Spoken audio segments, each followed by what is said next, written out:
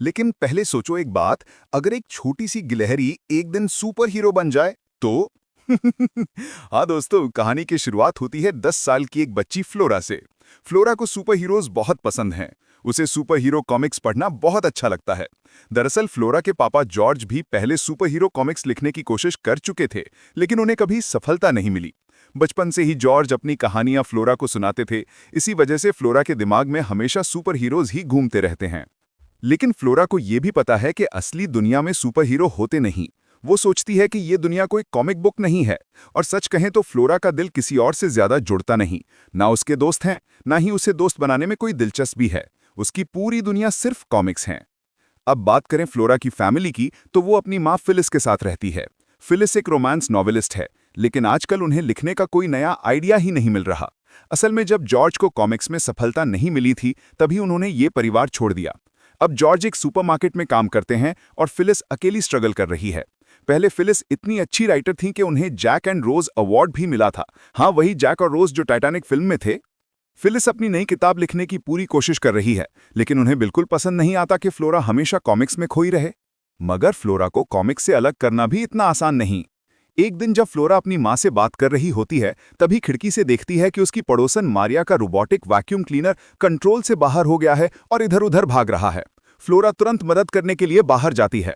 इसी वक्त एक गिलहरी पेड़ से गिर जाती है और वो रोबोट वैक्यूम उसे अंदर खींच लेता है। Oh my God! फ्लोरा और मारिया बस हैरान खड़ी रह जाती हैं, लेकिन फ्लोरा तुरंत गिलहरी को बाहर निकालती है। गिलहरी की सांसें बंद हो रही होती हैं, तो फ्लोरा उसे सीपीआर देती है और फिर धीरे-धीरे गिलहरी अपनी आंखें खोलती है। फ्लोरा उस गिलहरी को देखकर इमोशनल हो जाती है। ये वैक्यूम एक कंपनी उलेसिस का था, तो फ्लोरा गिलहरी का नाम भी उलेसिस रख देती है। अब जाहिर है उसकी माँ कभी इस गिलहरी को घर में रहने नहीं देंगी, लेकिन फ्लोरा डिसाइड करती है कि वो उलेसिस को छुपा कर रखेगी। वो उसे अपने कमरे में एक डिब्बे में छुपा देती है और कहती है, देखो भाई, तुम्हें छुपकर ही रहना होगा। अगर माँ ने देख लिया तो सीधे बाहर फेंक देंगी। और फिर वो उसे एक कॉमिक बुक दिखाती है और कहती है, हर सुपर हीरो को उसकी ताकत किसी न किसी इवेंट के बाद ही मिली है। क्या पता तुम्हें भी उस वैक्यूम की वजह से सुपर पावर मिल जाए। फ्लोरा उसे और भी कॉमिक्स दिखाती है और धीरे धीरे उसे लगता है कि उलेसिस उसकी बातें अच्छी तरह समझ रहा है। जब गिलहरी भूखा होता है तो फ्लोरा उसके लिए खाने का सामान लाती है। वो अपने पापा जॉर्ज के सुपरमार्केट तक जाती है। फ्लोरा जॉर्ज को उलेसिस के बारे में बताती है और फिर उसके लिए खाना लेकर घर लौट आती है। घर पहुंचते ही उलेसिस इधर उधर कूद रहा होता है। फ्लोरा उसे खाना खिलाती है और उससे बातें करते करते सो जाती है। लेकिन दोस्तों, रात होते ही उलेसिस पूरे घर में कूदियां फांदना शुरू कर देता है। दोस्तों, रात को उलेसिस सिर्फ कूद फांद ही नहीं करता, बल्कि वो फिलिस की टाइपराइटर पर कुछ टाइप भी कर देता है। दरअसल उलेसिस अपने बारे में एक लाइन लिखी होती है, एकदम शायरी वाले अंदाज में। आज मैं दोबारा जन्मा हूं उलेसिस बनकर। अब जब अगली सुबह फिलिस ये देखती है तो उसे लगता है कि ये सब फ्लोरा की शरारत होगी। लेकिन जब फ्लोरा उस टाइपराइटर को देखती है तो वो बेहद खुश हो जाती है, क्योंकि उसे यकीन होता है कि ये तो उलेसिस ने ही लिखा है। यही पल फ्लोरा को ये मानने पर मजबूर कर देता है कि शायद उस वैक्यूम क्लीनर से होकर मौत को छूकर वापस आने की वजह से उलेसिस को सुपर पावर मिल चुकी है और अब उसे हर सुपर हीरो की तरह अपनी ताकत के साथ साथ अपना पर्पस भी ढूंढना होगा। दोस्तों, इसी सोच के साथ फ्लोरा ढेर सारी कॉमिक्स फिलिस को देती है और फिर अपनी माँ के साथ नाश्ता करने चली जाती है। लेकिन तभी दरवाजे पर कोई दस्तक देता है। फ्लोरा को लगता है कि शायद उसके पापा जॉर्ज आए होंगे, मगर दरवाज़ा खोलते ही पता चलता है कि पड़ोसन मारिया आई थी। मारिया अपने हाथ का बनाया हुआ खाना लेकर आई थी ताकि वो फिलिस और फ्लोरा को दे सके। लेकिन दोस्तों, उस खाने की खुशबू सूंघकर उलेसिस भी नीचे आ जाता है। और ध्यान रहे, मारिया अकेली नहीं थी, उसके साथ उसका भतीजा विलियम भी था। अब विलियम को स्ट्रेस की वजह से टेम्परेरी ब्लाइंडनेस हो गई थी, मतलब वो इस वक्त देख नहीं सकता था, लेकिन कभी भी उसकी नज़र वापस आ सकती थी। देखने में कमजोरी की वजह से उसके बाकी सेंसेस बहुत तेज हो गए थे। जैसे ही वो घर के अंदर आता है, उसे खुशबू से ही एहसास हो जाता है कि इस घर में इनके अलावा कोई और भी मौजूद है, यानी उसने उलेसिस को सूंघ लिया था। तभी अचानक उलेसिस का पैर फिसल जाता है और ना चाहते हुए भी वो सबके सामने आ जाता है। उलेसिस को देखते ही फिलिस तुरंत उसे भगाने और मारने के लिए रैकेट ले आती है, लेकिन फ्लोरा फुर्ती से उलेसिस को उठाकर बाहर भाग जाती है। वहीं विलियम भी उसके पीछे पीछे चला आता है। तब फ्लोरा विलियम को सब कुछ बता देती है और कहती है, ये उलेसिस कोई आम गिलहरी नहीं है, ये सुपर हीरो है, बस इसे अपना पर्पस ढूंढना है। फिर तुम इसकी पावर्स देखकर हैरान रह जाओगे। मगर विलियम उसकी बात पर भरोसा नहीं करता और कहता है, ये सब बेकार है, लेकिन अगर तुम्हें मेरी मदद चाहिए तो मैं यहाँ हूँ। मेरी आंटी तो बस कहती हैं कि मैं बस गर्मियों की छुट्टियाँ काटने आया हूँ, मगर मैं तुम्हारी मदद करूँगा। और दोस्तों, यहीं से फ्लोरा और विलियम की दोस्ती शुरू होती है। तभी फ्लोरा के पापा जॉर्ज भी वहाँ पहुँच जाते हैं अपनी बेटी और फिलिस से मिलने। अब जैसे ही फ्लोरा जॉर्ज को देखती है, वो तुरंत उनसे मिलने भागती है और उलेसिस को अपने कपड़ों में छुपा लेती है। ये देखकर फिलिस गुस्से में आ जाती है और जॉर्ज से कहती है, फ्लोरा को समझाओ और इस गिलहरी को यहाँ से बाहर ले जाओ।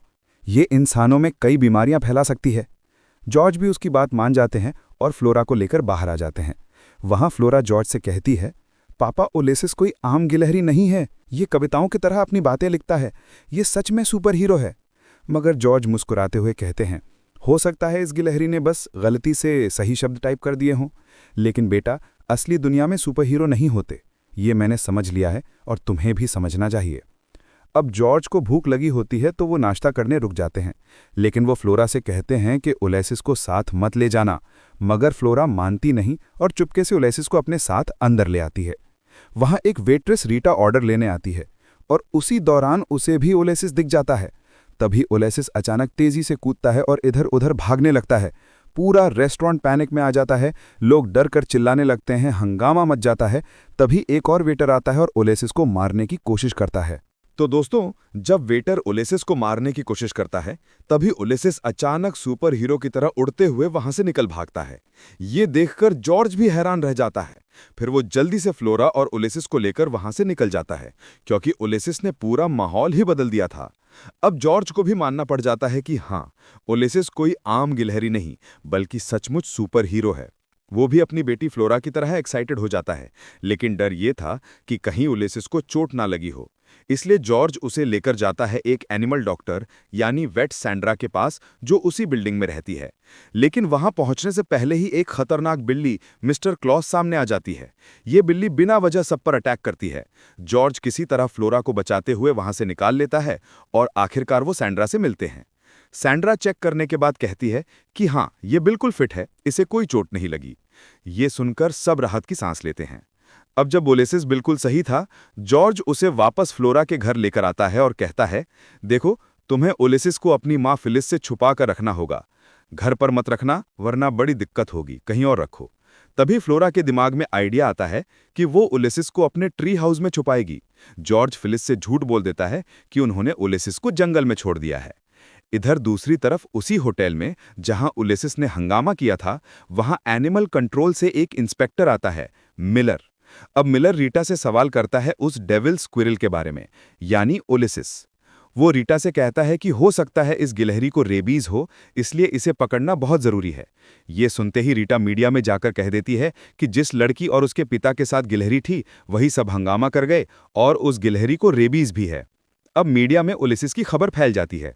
उधर जब फ्लोरा अपने ट्री हाउस में उलेसिस के साथ होती है, तभी विलियम वहां मिलने आता है।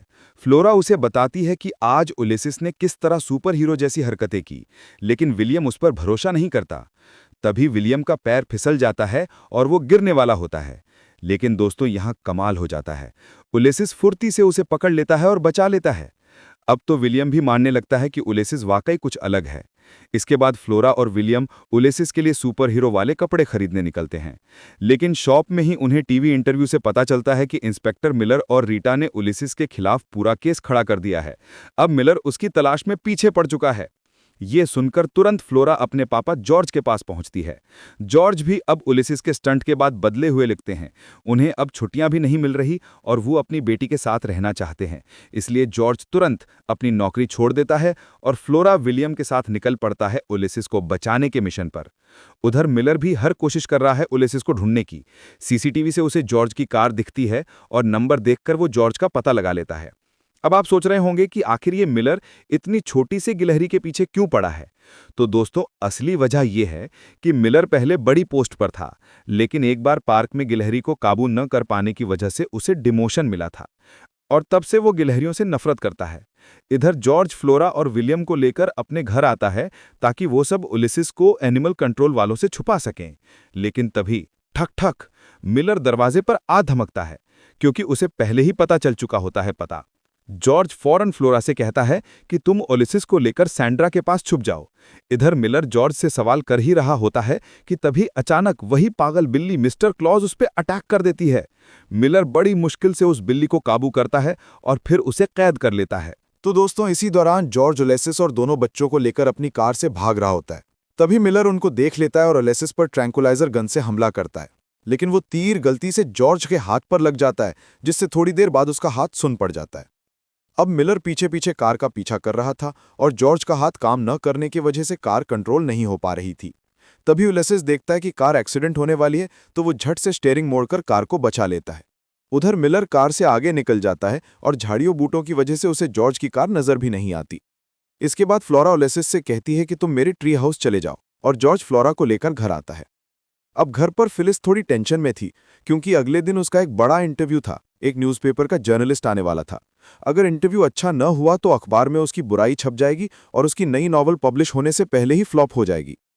यह सुनकर जॉर्ज कहता है कि डरने की जरूरत नहीं है, हम अलग तो हुए हैं लेकिन अभी तलाक नहीं हुआ, कल मैं भी तुम्हारे साथ रहूंगा।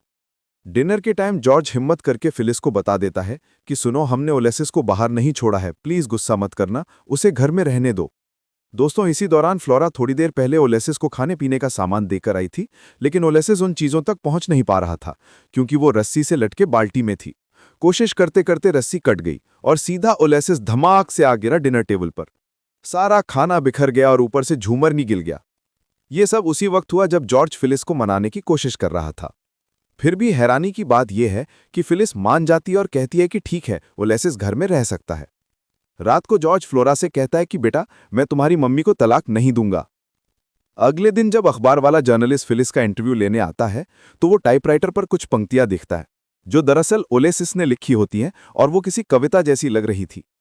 जर्नलिस्ट को लगता है कि फिलिस अब नॉवल लिखने की बजाय बस ऐसे शेरो शायरी टाइप चीजें कर रही है, मतलब उसके पास कोई नया आइडिया नहीं है।